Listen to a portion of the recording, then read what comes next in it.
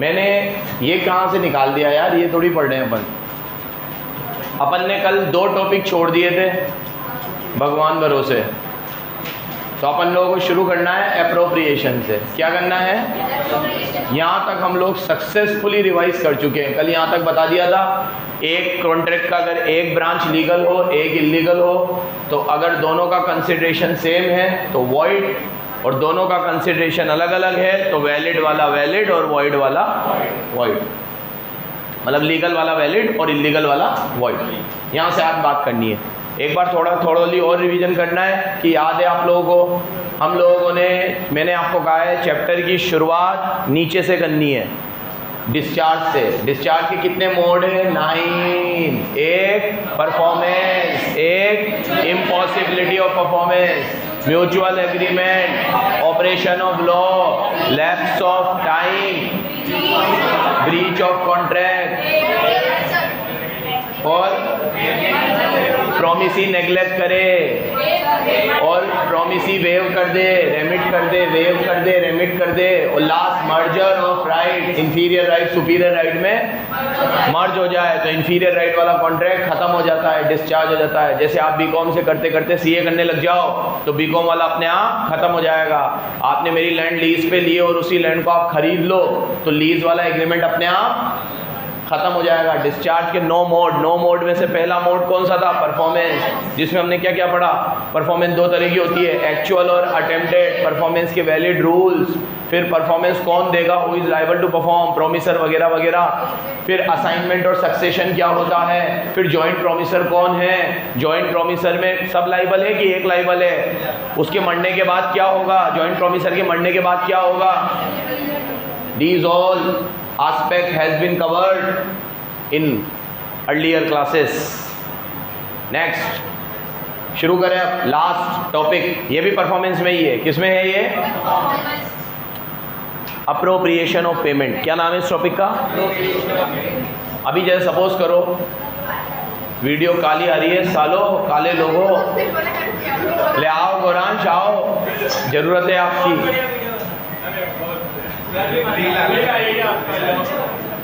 Reel नहीं आएगी, नींद आ जाएगी होगी।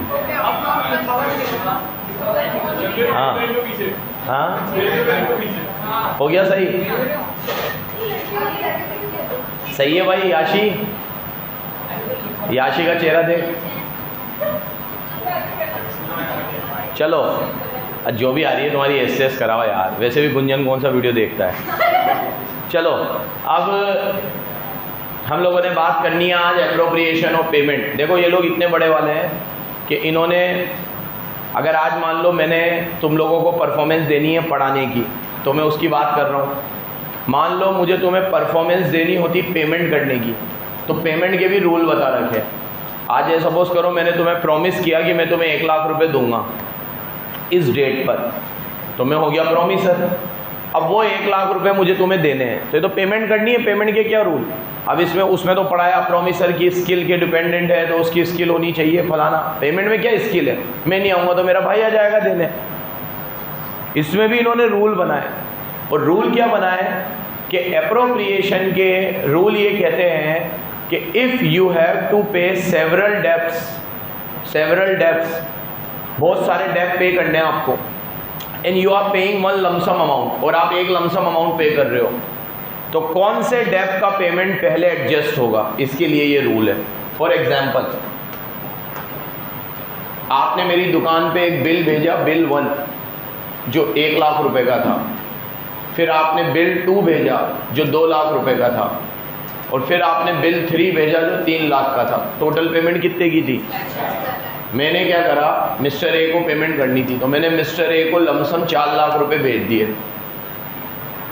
अब वो क्या माने कि ये क्लियर हो गया, ये क्लियर हो गया, और इसमें से 1 क्लियर हो गया, ऐसे ही हुआ। या फिर ये क्लियर हो गया और ये क्लियर हो गया, क्योंकि 3 और 1 4 होते हैं। या फिर 2 इधर से आ गए, 2 इधर से आ गए, क्योंकि 2 और 2 4 होते हैं। Any permutation can be made, कुछ भी बन सकता है। देखो लॉ की गहराई को समझो, लॉ की खूबसूरती को समझो। इतनी छोटी सी चीज़ के लिए भी रूल बनाए। क्या मानूं? पहले बिल का पेमेंट पहले हुआ है कि आखिरी बिल का पेमेंट पहले हुआ है? इतनी छोटी छोटी चीज़ों के लिए भी कानून है। क्या कानून है? सुनना बराबर। Number 1, application of payment where debt to be discharge is indicated. पहले जैसे मैंने बोला है वैसे डिस्चार्ज करना। जैसे मैंने कहा है कि 4 लाख में पहले 2 वाला ले लेना और फिर 3 में से 2 ले लेना, या मैंने कहा है कि 1 पूरा ले लेना, 2 पूरे ले लेना और 3 में से 1 ले लेना। एग्जाम्पल समझ में आ गया ना तुम्हें? अभी मैंने एग्जाम्पल क्या दिया, 1, 2 और 3। तो आप 1 लाख का पूरा पेमेंट कर देना, 2 लाख का पूरा कर देना और 3 लाख में से 1 लाख का कर देना। तो बोलो मेरे साथ, where debtor has given clear instructions to creditor, then debt will be discharged expressly as per the instruction of debtor. तो एप्रोप्रिएशन का पहला रूल क्या है? डेटर ने जैसे बोला है, जैसे आज मान लो मुझे उर्विका से 11th की, 12th की और सीए फाउंडेशन की तीनों मिला के फीस 1 लाख रुपए लेनी थी। अब मैंने कहा यार उर्विका कुछ फीस तो लेकर आ तू, तो उर्विका 20,000 रुपये लेकर आई। मैंने कहा यार बेटा ये 20,000 में मैं 11th की मानूँ, 12th की मानूँ, सीए की मानूँ? तो इसने कहा सर पहले तो सीए की मान लो, क्योंकि अभी मैं सीए तो पढ़ ही रही हूँ, तो 11th 12th का हिसाब अपन बाद में देखेंगे, मैं वो धीरे धीरे क्लियर कर दूंगी, अभी पहले सीए वाला तो ले लो आप, आगे मेरा ये अब कर्जा तो चुकेगा। तो जैसा डेटर बोल रहा है वैसे पहले तो, बट याद रखना आप उसी डेट में डिस्चार्ज करोगे, इसमें लिखी भी नहीं है बात, जो टाइम बार्ड ना हुआ हो। क्या ना हुआ हो? अगर मान लो मुझे उर्विका से 5 साल पहले के भी कोई पैसे लेने थे, मेरी दुकान पे मोमो खाने आई, तो उसके मेरे को 5,000 रुपये लेने थे इससे मोमो के। अब वो तो 5 साल पुरानी बात है, वो तो टाइम बार्ड हो गया। तो मैंने क्या करा, 20,000 में से 5,000 मोमो में काट लिए और बोला 15 फीस में काटूंगा। तो उर्विका बोलेगी सर वो तो बहुत पुरानी बात है, वो तो सर 5 साल हो गए उसको तो, और टाइम बार्ड हो गया वो तो आप उसमें एडजस्ट नहीं कर सकते। आप हमेशा एडजस्ट करोगे लीगल डेप में, लॉफुल डेप में। सर वो लॉफुल नहीं है, लॉफुल था लेकिन आपके पास 5 साल थे, 5 साल निकल गए, रात गई बात गई। हर डेप की एक पेमेंट होती है, एक टाइम पीरियड होती है, हर डेप की एक टाइम पीरियड होती है। इंडिया में टाइम पीरियड का भी एक कानून है, इंडियन लिमिटेशन एक्ट। क्या नाम है? कमाल है हमारा कानून, लॉ एंड ऑर्डर। ऐसे थोड़ी कहते कानून के हाथ बहुत बड़े हैं, हाथ पाँव शरीर सब बड़े हैं कानून के, कानून ही खुद बहुत बड़ा है। ठीक है, एक आध कोर्स में तो कानून पढ़ ही नहीं सकते हम। ठीक है, सीए करे, सीएस करे, एलएलबी करे, इतने लॉ से रिलेटेड कोर्स करे तो भी जाके ये नहीं कह सकते कि मैंने तो ऑलमोस्ट सारे कानून पढ़ लिए, पढ़ ही नहीं सकते, इतने कानून हैं। ठीक है, चलो। तो where a debtor has several debt, make a payment to him with express intimation, underline कर लो, एक्सप्रेस इंटीमेशन, तो फिर it must be apply to the discharge of that debt, आप उसी डेट में डिस्चार्ज करोगे उसे। Next, application of payment where debt to be discharge is not indicated. अब अगर मान लो मैंने, उर्विका ने मुझे 20,000 रुपये दिए, अब ये नहीं बोला 11th में डालूँ, 12th में डालूँ कि फाउंडेशन में डालूँ, उर्विका ने कुछ भी नहीं बोला, तो तुम्हें क्या लगता है अब मैं क्या करूँ? 11th में डालूँ पहले, क्योंकि पहले 11 ड्यू हुआ है, फिर 12 ड्यू हुआ है। तो ये कहते हैं कि आप फर्स्ट डेट पे पहले डाल सकते हो जैसे सर्कमस्टांसेस हो। देखो, where debtor has omitted to intimate and there are no circumstances, अगर कोई सर्कमस्टांसेस भी नहीं है, डेटर ने भी नहीं बताया, तो creditor apply at any lawful debt, किसी भी लॉफुल डेट में डाल सकता है, but which is not time barred. ये बात ऊपर भी लिखनी चाहिए थी, विच इज़ नॉट, जो टाइम बार्ड ना हुआ हो। क्या ना हुआ हो? कब मैं वो फीस 11th में भी डाल सकता हूँ, 12th में भी डाल सकता हूँ, और फाउंडेशन। हमारी ये आदत है कि अगर मान लो किसी की 11th 12th की फ़ीस बाकी है, 11th की फ़ीस बाकी और वो बच्चा 12th पढ़ने आ गया, क्योंकि 12th का बैच क्या मार्च में ही शुरू हो जाता है, तो 2-5 बच्चे कभी ऐसे बच जाते हैं किसी कारण से कि वो 11th की फ़ीस नहीं दे पाते, आधी देते हैं और वो 12th में पढ़ने आते हैं। तो 12th में जब भी फ़ीस लेके आते हैं तो हमारी ये प्रैक्टिस है कि हम वो फ़ीस पहले 11th में एडजस्ट करते हैं, क्योंकि वो पहले 11th पढ़ चुका है, पूरा रिज़ल्ट आ चुका है। वो चाहे कुछ भी बोले बच्चा कि सर ये पहले 12th में, हमने कहा नहीं ये तो गलत है, आप पहले 11th पढ़े हो तो फिर वो तो फीस कभी आएगी ही नहीं, और आप ऐसे बोल भी कैसे सकते हो कि पहले 12th में डाल दें, ये तो चीज़ ही गलत है। ठीक है, तो हम तो कहते हैं भैया पहले 11th बाकी है, 11th क्लियर होगा फिर 12th शुरू होगा। जो हमारी प्रैक्टिस है, I think most of the vendors की यही प्रैक्टिस होती होगी, टीचिंग में तो यही होती होगी, बाकी में भी मेरे को लगता है यही होती होगी कि फर्स्ट बिल का पेमेंट पहले डिस्चार्ज होना चाहिए। एग्री और नॉट? बार बार बोलता हूँ, लॉ कॉमन सेंस से बनी है। लॉ तो बहुत नई है, कॉमन सेंस तो बहुत पुराना है, कस्टम्स तो बहुत पुराने हैं। कस्टम भी यही कहते हैं कि आपको पहले डेप को पहले पेमेंट में डिस्चार्ज करना चाहिए, पहली पेमेंट को पहले डेप में डिस्चार्ज करना चाहिए। Next, last. अब अगर मान लो आप को भी कुछ समझ में नहीं आ रहा है यहाँ पे, तो आपके ऊपर छोड़ा कि आप अपने डिस्क्रिप्शन के हिसाब से कर सकते हो। आपका डिस्क्रिप्शन भी कुछ नहीं है, गधे हो आप तो फिर फर्स्ट डेप की पेमेंट पहले डिस्चार्ज करो। देखो, whether neither party make appropriation, कोई भी नहीं कर रहा, तो payment shall be discharge in order of time. Order of time मतलब क्रोनोलॉजिकल ऑर्डर। क्रोनोलॉजिकल मतलब फर्स्ट इन फर्स्ट आउट। क्या पढ़ते हो तुम लोग? फीफो पढ़ते हो? अकाउंट्स में आता है ना शायद, तो फीफो लिख दो यहाँ, फर्स्ट इन फर्स्ट आउट। जो जैसे कि मैंने अभी कहा कि पहले 11 ड्यू हुई है तो पहले फीस किस में डालेंगे? 11th में, फिर 12th में, फिर CA फाउंडेशन। इतना लंबा तो खैर कोई बच्चे का खींचता नहीं है, लेकिन हाँ ऐसा कभी कभी हो जाता है रेयर चांसेस में कि 11th के बाद 12th एकदम जल्दी शुरू हो जाती है ना, टाइम होता ही नहीं है 11th और 12th में। ठीक है, मेरी पिक्चर तो बनती है, ठीक है, तो 11 फरवरी में ख़त्म होती है और मार्च में ही फटाक से 12 चालू हो जाती है, गैप मिलता ही नहीं है। ठीक है, कई बार तो ऐसा होता है कि 2 12 एक साथ चलती है, एग्जिस्टिंग वाली भी चल रही होती है और नई वाली भी शुरू हो जाती है। चलो नेक्स्ट, ख़त्म, परफॉर्मेंस ख़त्म। क्या ख़त्म? एप्रोप्रिएशन ऑफ पेमेंट में 3 रूल पढ़ा है आपको। अगर एप्रोप्रिएशन पहले से डेटर ने बताया है तो वैसे, नहीं बताया है तो क्रेडिटर अपने डिस्क्रिशनरी पावर से, और दोनों रूल नहीं लग रहे तो ऑर्डर ऑफ टाइम। ये शॉर्ट में लिख लो यहाँ पे किसकी चली? डेटर की। यहाँ किसकी चली? क्रेडिटर की। और यहाँ ऑर्डर ऑफ टाइम। बस फिर आपको याद आ जाएगा। हम्बल रिक्वेस्ट है आपसे, बहुत डीप जाके रिवीजन करा रहा हूँ, मतलब मैंने ओरिजिनली भी पढ़ाया था तो इतना ही टाइम लिया होगा, एक टॉपिक भी छोड़ नहीं रहा हूँ। घर पे मेहनत करना, नहीं तो सारी बेकार हो जाएगी मेरी मेहनत। जितना रिवीजन में कराऊँ, आधा घंटा नहीं लगेगा आपको अब रिवीजन करने में, आधा घंटा। ठीक है, जितना मैं कराऊँ रोज़ के रोज़ रिवीजन करना है। अब जैसे आज कॉन्ट्रैक्ट टैग ख़त्म होगा, ऑलमोस्ट डिस्चार्ज तक हो जाएगा, तो आप लोगों को पूरा शुरू से एंड तक एक संडे देकर 3-4 घंटे में खींच देना है पूरा, शुरू से एंड तक। आलस मत करना, छोटे छोटे ब्रेक लेते रहना। 1 घंटा पढ़ा, थोड़ा सा ब्रेक लिया, फिर 1 घंटा पढ़ा, ब्रेक लिया, लेकिन एक सिटिंग में कॉन्ट्रैक्ट टैग निपटाना है आप, किसी भी हालत में, एक सिटिंग में। हाँ, कुछ पूछ रहा है हर्षवर्धन?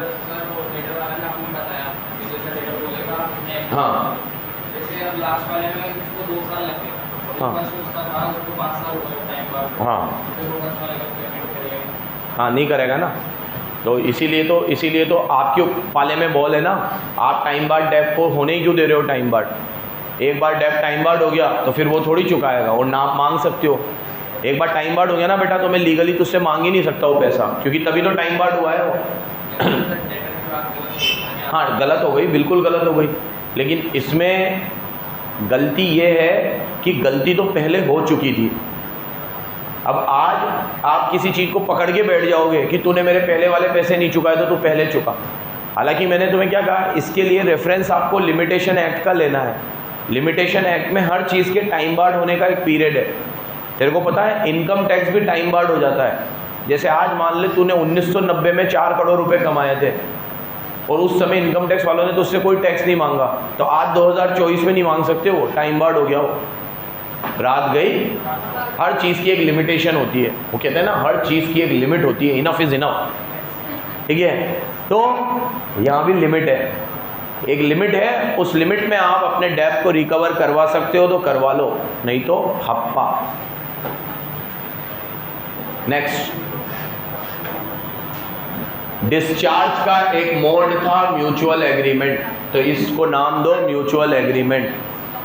डिस्चार्ज का नंबर 3 करो इसको, नंबर 3। नंबर 1 था परफॉर्मेंस, नंबर 2 था इम्पॉसिबिलिटी, और अब नंबर 3 है म्यूचुअल एग्रीमेंट। ठीक है, क्या है? Mutual agreement. पढ़े पीछे चंगू मंगू सुन रहे हो ना बेटा? म्यूचुअल एग्रीमेंट बेटा, कई बार कॉन्ट्रैक्ट डिस्चार्ज हो जाता है 2 लोगों के म्यूचुअल एग्रीमेंट से। जैसे आप सपोज करो कि मैंने तुम्हारे साथ एक एग्रीमेंट किया कि मैं तुम्हें CA फाउंडेशन पढ़ाऊँगा, 20 दिन मैंने तुम्हें पढ़ाया, उसके बाद मेरे साथ कुछ ऐसे सर्कमस्टांसेस हो गए कि मैं अब तुम्हें नहीं पढ़ा सकता, तो मैंने 20 दिन बाद ही तुम्हें बता दिया कि यार देखो मैं आगे कंटिन्यू नहीं करूँगा, अब मैं जा रहा हूँ, मेरी जॉब लग गई है, मेरे को टीचिंग छोड़नी है, अब आप देख लो अपन लोगों को कैसे करना है, क्योंकि मैं बाद में बोलूँगा तो तुम बोलोगे ब्रीच हुआ है, तो मैं तुमसे पूछ के ही कर रहा हूँ, तुम बताओ कैसे करना है। तुम्हें चाहिए हो तो पूरी फ़ीस वापस ले लो, तुम्हें चाहिए हो तो 20 दिन की फ़ीस दे दो, तुम्हें चाहिए हो तो दूसरा टीचर लगा देता हूँ, जो तुम्हें चाहिए हो वो कर लेते हैं, जिसमें दोनों की रजामंदी हो। इसीलिए बोला है with consent of both parties. क्या बोला है? इसमें 1, 2, 3 और 2 में और बताऊंगा। 5 तरह के म्यूचुअल एग्रीमेंट होते हैं। कितने होते हैं? नंबर 1 होता है नोवेशन। क्या होता है? मेरी तरफ देखो। Novation means substitution of old contract with a new one, in which old parties can also be changed, consideration can also be changed, and all contract will be discharged in totality. मैंने तुम्हें कहा दूसरा teacher बुला लूँ, तुमने कहा fees वीस वही रखनी है, सर आपको जो फीस देते वो दूसरे टीचर को नहीं देंगे, थोड़ी कम करो, कम कर ली, ठीक है। अब ऐसा कर ले तो अब पुराना वाला डिस्चार्ज हो गया और नया वाला आ गया, इसे बोलते हैं नोवेशन, नवीनीकरण। कौन सा करण? नवीनीकरण। नवीन तो गया, ठीक है, तो नवीनीकरण ये लिखा हुआ है सब। पुराना वाला डिस्चार्ज हो जाएगा, नया वाला शुरू हो जाएगा, म्यूचुअल होगा, कंसिडरेशन भी चाहे तो चेंज हो सकता है, डिफरेंस हो सकता है, पूरा टोटल नोवेशन है। सारा मैं इसी एग्जांपल से समझाऊंगा। तो मैंने तुम्हें कहा कि पुराना वाला ख़त्म कर लो, नया वाला शुरू कर लो, टीचर भी चेंज। याद रखना नोवेशन में पार्टी भी चेंज हो सकती है, कंसिडरेशन भी चेंज हो सकता है। सुना क्या बोला मैंने? नोवेशन में कंसिडरेशन भी चेंज हो सकता है, कंसिडरेशन भी चेंज हो सकता है। अब नोवेशन के बाद अगला आता है इसी कड़ी में रिसेशन। क्या आता है? सामने देखो, रिसेशन में क्या होता है? पुराना वाला कॉन्ट्रैक्ट कैंसिल होता है, नया नहीं बनता। बोलो, in rescission old contract is cancelled but no new contract is made. अब मैंने तुम्हें कहा बेटा मैं नहीं पढ़ा सकता तो टीचर रख लूँ, तुमने कहा सर नहीं, आप जाओ, हम हमारे हिसाब से देख लेंगे, वी आर क्या बोलते हैं, capable enough to make our decisions, ठीक है। सो नाइस ऑफ यू कि आपने 20 दिन बाद बताया, ठीक है, थैंक यू। तो अब आप अपने रास्ते, मैं मेरे रास्ते, इसे रिसेशन बोलते हैं, rescission. So in this only old contract is cancel, new contract नहीं बनता, सिर्फ पुराना वाला कैंसिल हो जाता है। पढ़िएगा ज़रा, a contract is discharge by rescission when party rescind it, rescind कर देते हैं, contract need not to be perform, आपको परफॉर्म करने की जरूरत नहीं है, ठीक है। और दोनों नोवेशन और रिसेशन म्यूचुअल एग्रीमेंट से होते हैं। याद रखना, मैं तुम्हें बताए बिना बक जाऊंगा ये ब्रीच है। ये क्या है? ब्रीच अगले चैप्टर में आएगा। सुन रहे हो ना पीछे? फलक सुन रही है बेटा? ये सबसे मेजर फर्क है। अगर मैं बताए बिना बक जाऊंगा तो वो ब्रीच है। क्या है वो? म्यूचुअल एग्रीमेंट हमेशा बोथ पार्टी की कंसेंट से होता है, बोथ पार्टी की। आगे आते हैं, ये भी हो गया। अब आते हैं ऑल्ट्रेशन। सामने देखो, ऑल्ट्रेशन। ऑल्ट्रेशन में क्या होता है? सब वही एग्जांपल से समझा रहा हूँ मैं तुम्हें। अब मैं तुम्हारे पास आया, मैंने कहा यार बेटा ये ऐसे ऐसी बात है, मैं जा रहा हूँ। तो तुमने कहा सर एक काम करो ना, आप वीडियो तो बनाते ही हो, हमें तो आपसे ही पढ़ना है, आप तो वीडियो दे दो। तो पुराने वाली टर्म्स एंड कंडीशन को थोड़ा चेंज कर लेते हैं।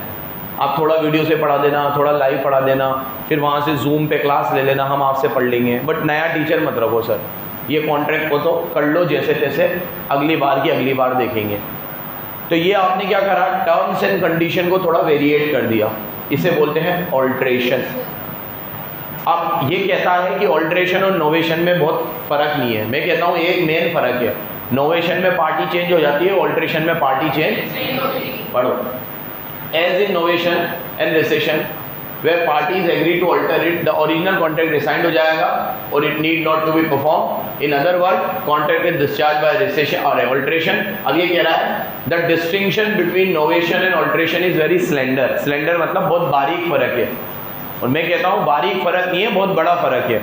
नोवेशन में पार्टी चेंज हो जाएगी, ऑल्ट्रेशन में पार्टी चेंज नहीं होगी। ये नीचे दे भी रखा है। नोवेशन का मतलब है एग्जिस्टिंग कॉन्ट्रैक्ट को पूरी तरीके से खत्म कर देना, ठीक है। बट ऑल्ट्रेशन में क्या होगा, सिर्फ ऑल्टर होगा, सिर्फ ऑल्टर होगा। ये देखो पार्टी विल सेम, आ गई बात। ऑल्ट्रेशन में पार्टी क्या रहेगी, सेम रहेगी। मेरा एग्जांपल याद रखना, फिर कुछ भी गलती नहीं होगी तुमसे। अगर मैंने कहा मैंने नया टीचर रख लिया, कंसिडरेशन भी चेंज हो गया, तो वो क्या है, नोवेशन। मैंने कहा कि मैं नहीं पढ़ा रहा और तुम किसी और से भी नहीं पढ़ रहे, वो रिसेशन। तुम तुम्हारे रास्ते में मेरे रास्ते। मैंने कहा कि मैं थोड़ा ऑनलाइन पढ़ा दूंगा, थोड़ा ऑफलाइन पढ़ा दूंगा, थोड़ा कंसिडरेशन में चेंज कर लेंगे, पार्टी चेंज नहीं करेंगे, उसे बोलते हैं ऑल्ट्रेशन। क्या बोलते हैं, तो 3 पढ़ा दिए, नोवेशन, रिसेशन, ऑल्ट्रेशन। सुन रहे हैं, बढ़ो आगे। 3 हो गए। क्या पढ़ा रहा हूँ, म्यूचुअल एग्रीमेंट, भूलना मत कुछ भी। नोवेशन में क्या होता है, पुराना वाला कॉन्ट्रैक्ट चेंज हो जाता है, नया वाला बनता है। लेकिन ऑल्ट्रेशन में सिर्फ नया वाला ही चेंज होता है, अरे पुराना वाला ही टर्म्स एंड कंडीशन चेंज होती है, नया नहीं बनता, नया नहीं बनता। पुराने वाले की टर्म्स एंड कंडीशन क्या हो जाती है, चेंज हो जाती है। 3 हो गए, आगे आते हैं। अब मैंने कहा था 5 होते हैं म्यूचुअल एग्रीमेंट। नोवेशन हो गया, रिसेशन हो गया, ऑल्ट्रेशन हो गया, वेव और रेमिट। इसको इसने डिस्चार्ज में भी दे रखा था, तो जब इसको मैंने म्यूचुअल एग्रीमेंट में दे दिया तो डिस्चार्ज में देने की जरूरत ही नहीं है, या तो वहाँ दे दो या यहाँ दे दो। तो रेमिट और वेव क्या होता है, सुनो। कई बार प्रोमिसी क्या करता है, सामने वाले की परफॉर्मेंस को वेव कर देता है। वेव मतलब माफ़ कर देता है, तो छोड़ो यार, जाओ, नहीं लेनी परफॉर्मेंस, जाओ। तो waiver means when promisee forgive promisor और waive promisor without any performance, and contract is discharge by waiver. कई बार प्रोमिसी प्रोमिसर को बिना परफॉर्म करे ही बख्श देता है, माफ़ कर देता है। अब मैंने कहा बेटा मैं नहीं पढ़ा पाऊँगा, अब कोई बात नहीं सर यार, जाओ जियो अपनी ज़िंदगी। कहाँ जा रहे हो, बाहर जा रहे हो, बाहर जाओ, बढ़िया। मैं कहा फिर तुम किससे, अरे हम पढ़ लेंगे यार, यूट्यूब पे बहुत सारे टीचर हैं, ठीक है, कहीं से फ्री में पढ़ लेंगे, ठीक है।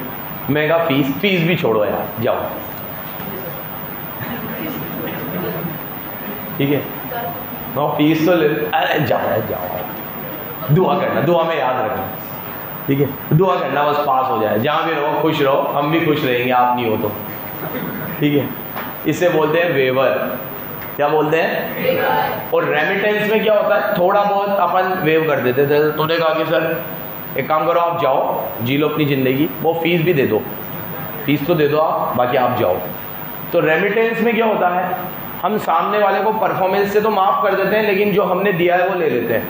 और वेवर में तो हम कंप्लीट ही माफ़ कर देते हैं, कुछ लेते भी नहीं, ख़त्म, बिल्कुल फ्री। तो वेवर कौन करता है, बड़े दिल वाला, और थोड़ा सा कम दिल वाला रेमिटेंस, और बिल्कुल उसूलों वाला नोवेशन, रिसेशन, ऑल्ट्रेशन।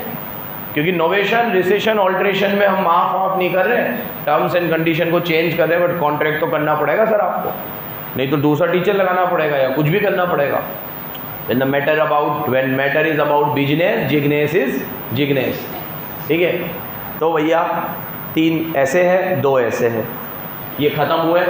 तो देखो प्रोमिसी क्या कर देता है, कई बार रेमिट कर देता है, डिस्पेंस में माफ़ कर देता है, होली और इन पार्ट, या तो पूरा माफ़ कर देता है या पार्ट में माफ़ कर देता है, या फिर सामने वाले को टाइम दे देता है, अरे तुम हमारे हिसाब से पढ़ा देना सर, आप तो अभी जा रहे हो ना जॉब के लिए, आप तो वहाँ पे टाइम मिले तो पढ़ा देना, नहीं तो कोई दिक्कत नहीं है। तो ये सब माफ़ करना हुआ मतलब एक तरीके से। और इसमें कॉन्ट्रैक्ट क्या हो जाता है, डिस्चार्ज हो जाता है। क्या हो जाता है, डिस्चार्ज हो जाता है। नेक्स्ट, अब है ना, कोई कुछ पूछ रहा है, हाँ बेटा, किसमें, रिसेशन में हमें ना कॉन्ट्रैक्ट को टर्मिनेट कर रहे हैं, कॉन्ट्रैक्ट को टर्मिनेट कर रहे हैं, और बिल्कुल रिसेशन में ही पैसे वापस लेंगे। रेमिशन में हम पूरे नहीं लेंगे, कोई पार्ट को हम फॉरगिव करेंगे।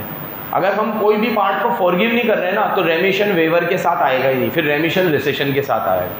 तो रेमिशन में there must be some gratuitous act, either fully gratuitous or partly gratuitous, but this must be there. किसमें? रेमिशन में। तो डिक्शनरी में सर्च करेगा ना रेमिट, तो रेमिट का मतलब ही ये आएगा किसी को माफ़ करना, त्याग करना, छोड़ देना, बख्श देना, ऐसे वर्ड आएंगे। तो रेमिशन एंड वेवर कोई फ़र्क नहीं है दोनों में, बस इतना फ़र्क है कि वेवर मतलब कंप्लीटली माफ़ करना और रेमिशन मतलब थोड़ा माफ़ करना। आगे आए। अब बच्चों ये जो टॉपिक है ना, ये म्यूचुअल एग्रीमेंट के बाद के टॉपिक है कि भैया एक बार कॉन्ट्रैक्ट म्यूचुअल एग्रीमेंट हो गया तो मैंने तुम्हें पहले ही बता दिया कि जो कंसिडरेशन मैंने तुमसे लिया है वापस देना पड़ेगा।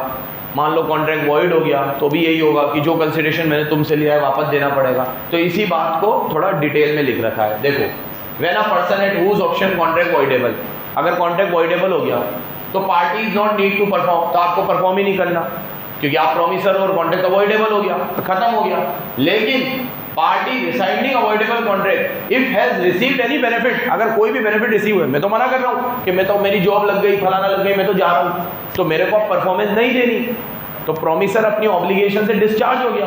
बट इतना लाड़ भी नहीं है कि जो फीस लिए वो वापस ना दो, वो फीस आपको क्या करनी पड़ेगी? वापस देनी पड़ेगी। ठीक है, तो whatever benefit you have receive restore such benefit, underline कर लो, whatever benefit you have receive restore मतलब वापस दे दो, देना ही पड़ेगा।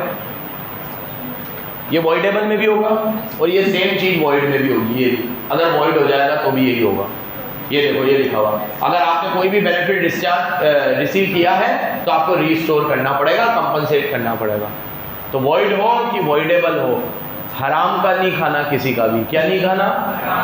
कोई अगर बेनिफिट आपने लिया है, कोई कंसिडरेशन लिया है, हम आपको इतनी बड़ी छूट दे रहे हैं कि अब आप परफॉर्मेंस मत देना, जेल में भी नहीं डाल रहे हम आपको, बट इतनी इंसानियत तो आपको रखनी है कि अगर आप परफॉर्मेंस नहीं दे पा रहे हो, you are not able to perform, तो at least restore the benefit which you have obtain from another party. Restore the benefit which you have obtain from another party. वापस बोलो, एक और बार बोलो, in case of void contract or voidable contract.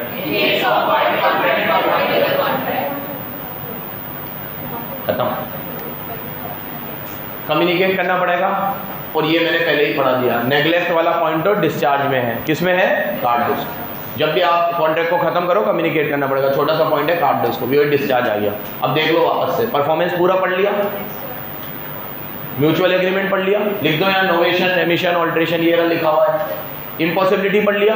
Impossible कब होता है? जब लॉ में क्या हो जाए? चेंज हो जाए या सब्जेक्ट मैटर डिस्ट्रॉय हो जाए। मैं उसके यहाँ कंसर्ट पे गया और आग लग गई, याद है एग्जाम्पल सारे याद रखना। लॉ में चेंज हो जाए, ए ने बी को कॉन्ट्रैक्ट किया था, उसको दारू सप्लाई करेगा और दारू बैन हो गई, तो लॉ चेंज हो गया। ठीक है, पर्टिकुलर स्टेट मैंने कहा था कि मुझे परफॉर्मेंस देने के लिए ये चीज़ चाहिए, तुमने मुझे प्रोवाइड ही नहीं करी, तो कॉन्ट्रैक्ट क्या हो जाएगा? डिस्चार्ज हो जाएगा, वॉइड हो जाएगा। जैसे हमारे मैथ्स वाले सर हैं, उनको ये नहीं जमता, तो अगर हम उनको वो चीज़ नहीं दे पाते बोर्ड वगैरह, तो फिर कॉन्ट्रैक्ट डिस्चार्ज हो जाता अनफॉर्चुनेटली। ना तो वो किसकी वजह से होता, ना वो किसकी वजह से होता, वो होता क्योंकि हम उन्हें वो पर्टिकुलर स्टेट नहीं दे पा रहे जो उन्हें परफॉर्म करने के लिए चाहिए। दे ही नहीं पा रहे, कह रहे तो दे ही देते हैं हम उन्हें, लेकिन मान लो कई बार परफॉर्मेंस के लिए कोई ऐसी चीज़ रिक्वायर्ड हो, अब मुझे परफॉर्मेंस देने के लिए आपका होना ज़रूरी है। ठीक है, जैसे मैं मेरी पर्सनल बात बताऊं, अभी मैं तुम्हें रिवाइज़ करा रहा हूं। मेरे को रिवीजन में सबसे ज़्यादा मज़ा आता है जब पूरी क्लास भरी हुई हो। मतलब ये मेरा पर्सनल है, मैं भी आई एम रॉन्ग राइट, कुछ भी तुम उसको कह लो, लेकिन मेरे रिवीजन का 200% लेवल तुम्हें मुझसे लेना है ना, तो मेरी क्लास भरी हुई होनी चाहिए। फिर तुम देखो मैं कैसा रिवीजन कराता हूँ। अब 12th क्लास में कई बार क्या होता है कि डेट शीट आती है, बच्चा एक बार दो बार पढ़ चुका होता है तो आना बंद कर देता है, बहुत कम बच्चे आते हैं। तो फिर उसमें मैं उनको बोलता हूँ कि यार भाई तुम रिवीजन में सारे आओगे तो मेरे को भी रिवीजन कराने में बहुत मज़ा आएगा। तो एक तरीके से कह सकते हो कि मेरे को परफॉर्मेंस देने के लिए आई नीड समथिंग, क्या स्टूडेंट चाहिए मुझे, मेरी परफॉर्मेंस अगर अच्छी निकलवानी है तो। अब मुझे वो नहीं मिल रही है तो मैं परफॉर्मेंस नहीं दे पाऊँगा। जैसे मैंने कल तुम्हें कहा कि कोई वो मुझे बच्चे बोलते सर वीडियो बना दो, लाइव क्लास ले लो, वो सब हमने करके देख लिया है। वो पहले जूम क्लास होती थी, ठीक है, बहुत दिमाग ख़राब होता था, वो कोविड थी, वो तो मजबूरी थी, लेकिन बाकी में तो भैया ऑडियंस चाहिए, ऑडियंस सामने। वीडियो भी तब अच्छी बनती है जब ऑडियंस सामने होती है, मस्ती मजाक चलता रहना चाहिए, थोड़े एग्जाम्पल्स चलते रहने चाहिए। ये कुछ चीज़ें हैं जो मुझे परफॉर्मेंस देने के लिए चाहिए, ठीक है। हाँ क्या हुआ, कमेंट मत करा कर, वॉर डिक्लेयर हो गया। फिर ये भी पढ़ लिया, इसको क्या पढ़े, लैप्स ऑफ टाइम। मैंने तुम्हें कांटेक्ट करना है 2 महीने में, 2 महीने निकल गए, मैंने करा ही नहीं, खत्म हो गया लैप्स ऑफ टाइम। देखो इसमें भी रेफरेंस दे रखा है इसका, अभी बताया ना मैंने, हर चीज़ की एक क्या होती है, इनफ इज बहुत हो गया तुम्हारा, ठीक है। तो ये बहुत कितना है वो कहाँ लिखा हुआ है, ठीक है, आज दे देंगे, कल दे देंगे, कब दोगे पैसे, ठीक है। ऑपरेशन ऑफ लॉ ऑपरेट हो गया, डेथ हो गई किसी की, और ब्रीच पढ़ाना अभी बाकी है, ये अगले चैप्टर में आएगा। ब्रीच, वेव, ये हो गया, वेव और रेमेड ये भी हो गया। फिर ये नेगलेक्ट हो गया। अब जब आप नेगलेक्ट में क्या बताया था, प्रॉमिस ही आ ही नहीं रहा परफॉर्मेंस लेने, तो मैं कैसे दूंगा, और लास्ट बताया था मर्जर ऑफ राइट, और ये यहाँ हो गया। अब तुम्हें समझ में आया ना मैंने लास्ट वाला पहले क्यों पढ़ाया। तो ये चैप्टर ही क्या था, नाम इसका डिस्चार्ज नाम था। इसमें मैंने पढ़ाया कॉन्ट्रैक्ट डिस्चार्ज कैसे होता है। इसमें कितने मोड थे, 9 में से ऑलमोस्ट 8 मोड इसमें पढ़ लिया हमने, सिर्फ ब्रीच बचा। क्या बचा, ब्रीच एक बढ़िया चीज है, तो वो अगले चैप्टर में कवर की गई है। देखो अगले चैप्टर का नाम ही ब्रीच होगा, पॉज करिएगा मैम, अभी कर दूँ ना, जहाँ से एक खत्म होगा शुरू होगा। चलो रिवीजन करते हैं अब ब्रीच का। किसका करते हैं, ब्रीच में मैं तुम्हें 2 चीज़ें आज पढ़ा देता हूँ। एक होता है एक्चुअल ब्रीच, एक होता है एंटीसिपेटरी ब्रीच। ब्रीच को हिंदी में कहते हैं कॉन्ट्रैक्ट में भंग करना। क्या करना, मतलब कॉन्ट्रैक्ट को तोड़ना, की करना, तोड़ना, तोड़ दो कॉन्ट्रैक्ट को, इसे बोलते हैं ब्रीच करना। अब देखो ये पूरा चार्ट बहुत बढ़िया बना हुआ है। मैं तुम्हें ब्रीच में पढ़ाऊंगा, एंटीसिपेटरी ब्रीच और एक्चुअल ब्रीच, ये आज पढ़ाऊंगा मैं तुम्हें। फिर ब्रीच की रेमेडीज क्या है ये मैं तुम्हें कल पढ़ा दूंगा पूरी, ये रेमेडीज। ब्रीच का मतलब है, बोलो, when promiser do not perform his part of promise on due date, it is called actual breach. वापस बोलो, when promiser do not perform his part of promise on due date, it is called actual breach. When promiser do not perform his part of promise before due date, or he refuses to perform before due date, it is anticipatory breach. सामने देखना बेटा, तुम दोनों बराबर सुनना। देखो सामने देखो, जब भी हम लोग परफॉर्मेंस वाले दिन या परफॉर्मेंस देते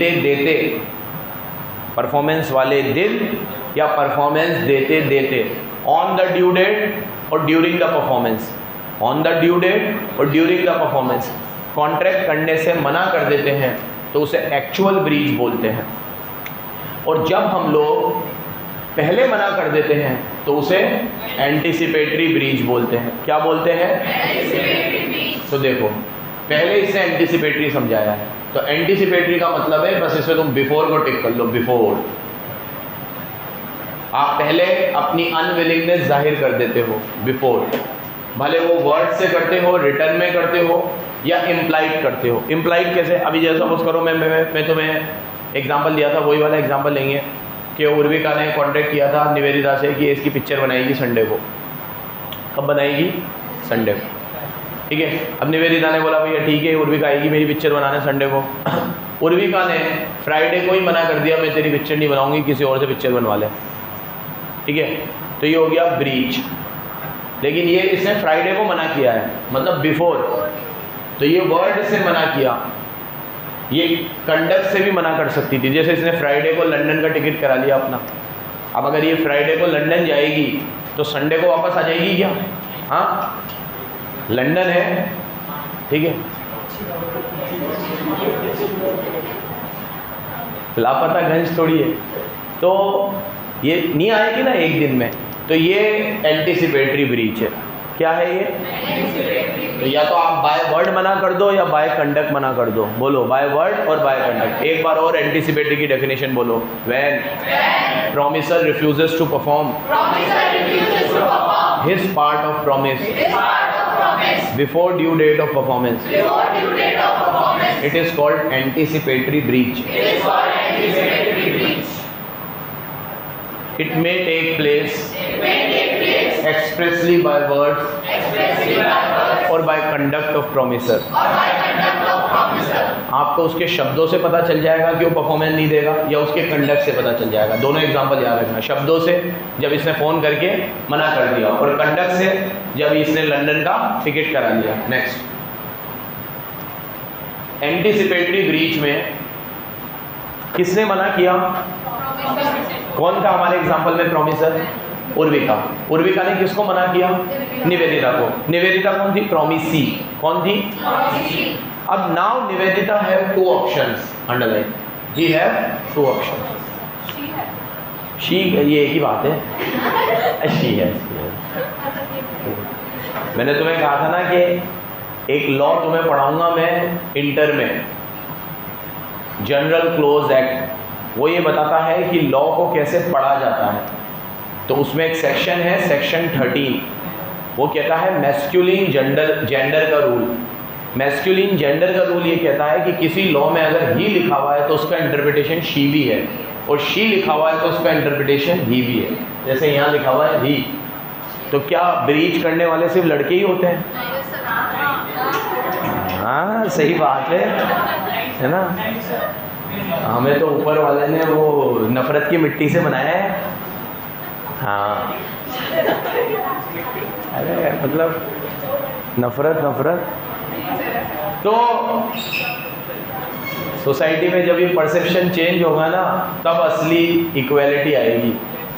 ठीक है, यस सर। देखिए ये 2-3 जने तो एकदम ऐसे हारे में निराश लोग बैठे इस क्लास में।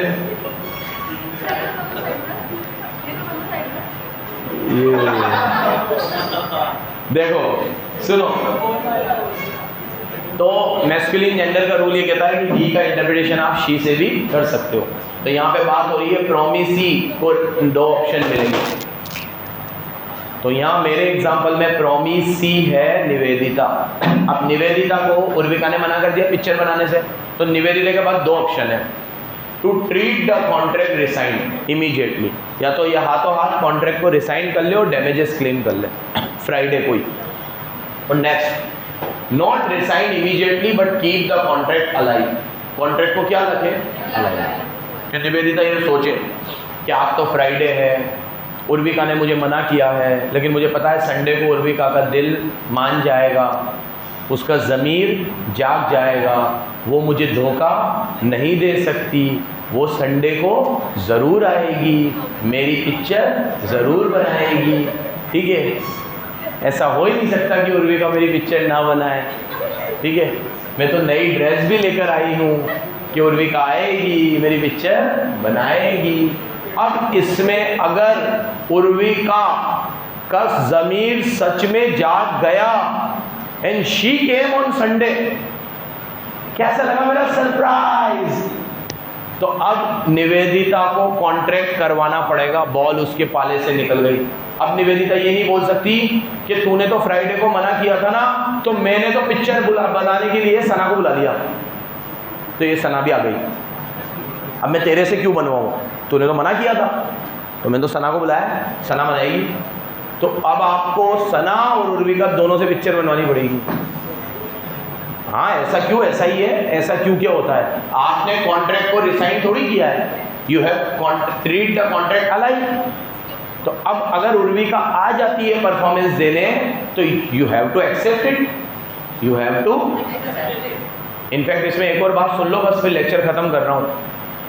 अगर कल लॉकडाउन लग जाता है सैटरडे को और उर्विका नहीं आती है तो ये कॉन्ट्रैक्ट इम्पॉसिबिलिटी की वजह से डिस्चार्ज माना जाएगा, ब्रीच की वजह से नहीं, जबकि हुआ ब्रीच है, क्योंकि इसने तो वैसे भी फ्राइडे को मना कर दिया था। एक एक चीज़ बराबर समझना, एक एक चीज़। एग्जाम्पल तुम्हें हंसाने के लिए नहीं होते, एग्जाम्पल में बहुत गहराई होती है। मेरे एग्जाम्पल मतलब हर चीज़ कवर हो रही है उसके अंदर, बराबर से सुनना। अगर ये फ्राइडे को मना कर देती है और सैटरडे को लॉकडाउन लग जाता है तो ये कॉन्ट्रैक्ट ब्रीच की वजह से नहीं, इम्पॉसिबिलिटी की वजह से ख़त्म होगा। अब आप ये नहीं कह सकते, सुनो, आप ये नहीं कह सकते कि भैया तूने तो वैसे भी मना कर दिया था, तू तो वैसे भी नहीं आती। तो उर्विका बोलेगी अगर मैंने मना कर दिया था तो तू कॉन्ट्रैक्ट को रिसाइन कर देती ना, you have keep the contract alive. तो you have no option, two options, ball आपके पाले में है, either keep the contract rescind it or keep the contract alive. If you keep the contract alive, ये देखो अगर आप कॉन्ट्रैक्ट को चालू रखते हो और आप परफॉर्म नहीं कर पाते हो तो if he decided on reconsideration में स्टिल परफॉर्म इस पार्ट, मतलब उर्विका अगर रिकंसिडर करे कि नहीं मैं तो कर लेती हूँ परफॉर्म और ही स्टिल परफॉर्म, वो परफॉर्म करे, तो can also take the advantage of supervening impossibility.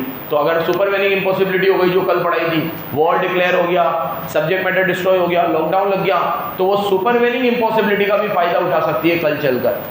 इसीलिए आप एक अच्छी एडवाइस क्या दोगे कि जब कॉन्ट्रैक्ट ब्रीच हो उसी वक्त कॉन्ट्रैक्ट को रिसाइन मतलब टर्मिनेट, रिसाइन मतलब इन क्लेम डैमेजेस, क्लेम।